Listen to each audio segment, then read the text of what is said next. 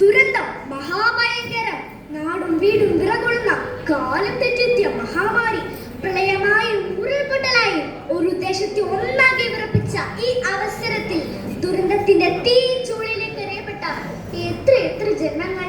ഇതാ അവരുടെ ഓർമ്മകൾക്ക് ഒരു പിടി കണ്ണുനീർ പുഷ്പങ്ങൾ അർപ്പിച്ചുകൊണ്ട് ഞാൻ തുടങ്ങട്ടെ.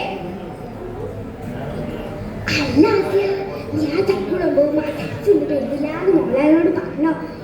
ഓളിപ്പ് ഇന്ന് കാണാനൊരു കൂട്ടർ വരുന്നുണ്ടോ? നേരത്തെ ഇങ്ങ് വരണേട്ടാ.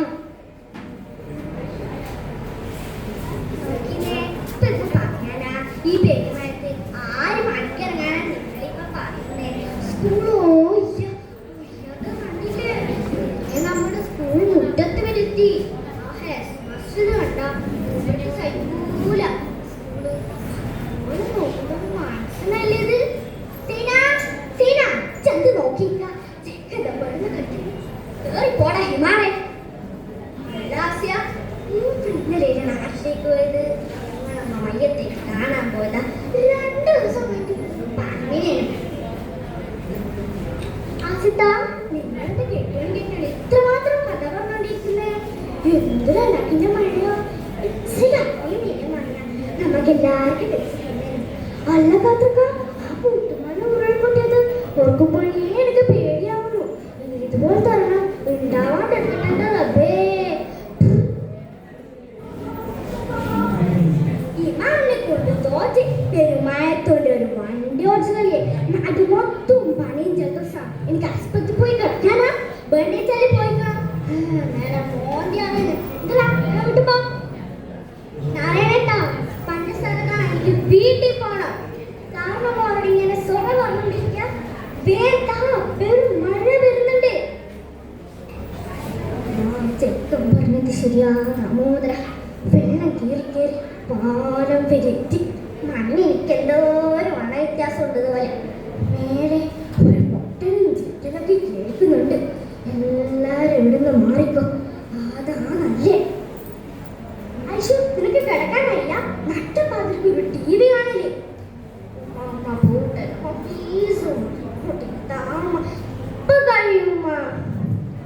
ഇനി ഉപ്പ വിളിക്കുമ്പോ ഞാൻ പറഞ്ഞു കൊടുക്കുന്നുണ്ട്. +2 ആവണേ, മാർക്കണ്ട.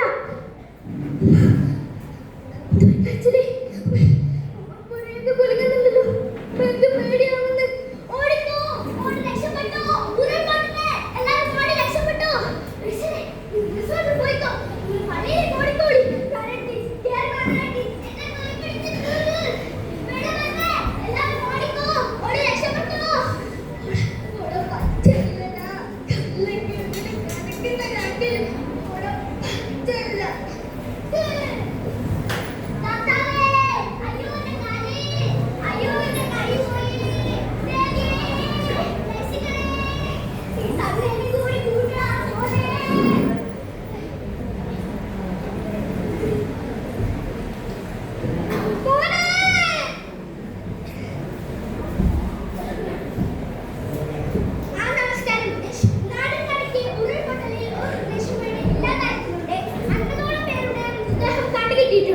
ഇപ്പോൾ മഴ ശക്തമായി തുടരുകയാണ്. പുഴ ശക്തമായി കുത്തൊഴുകുന്നതിനാൽ മറുകരയിലെത്താൻ സാധിച്ചിട്ടില്ല. അതുകൊണ്ട് തന്നെ ദുരന്തത്തിന്റെ വ്യാപ്തി അറിയാനും കഴിഞ്ഞിട്ടില്ല. കൂടുതൽ തിരച്ചിൽ നടത്തുന്നതിനാണ് ഒരു ബദൽ പാലം നിർമ്മിക്കാനുള്ള തത്രപ്പാടിലാണ് സൈനികർ. നമസ്കാരം നന്ദന. ഞാനുടെ നാലാം ക്യാമ്പിലാണുള്ളത്. കേൾക്കാൻ കഴിയില്ല ഒരു ഉള്ളു പൊട്ടുന്ന വാക്കുകൾ.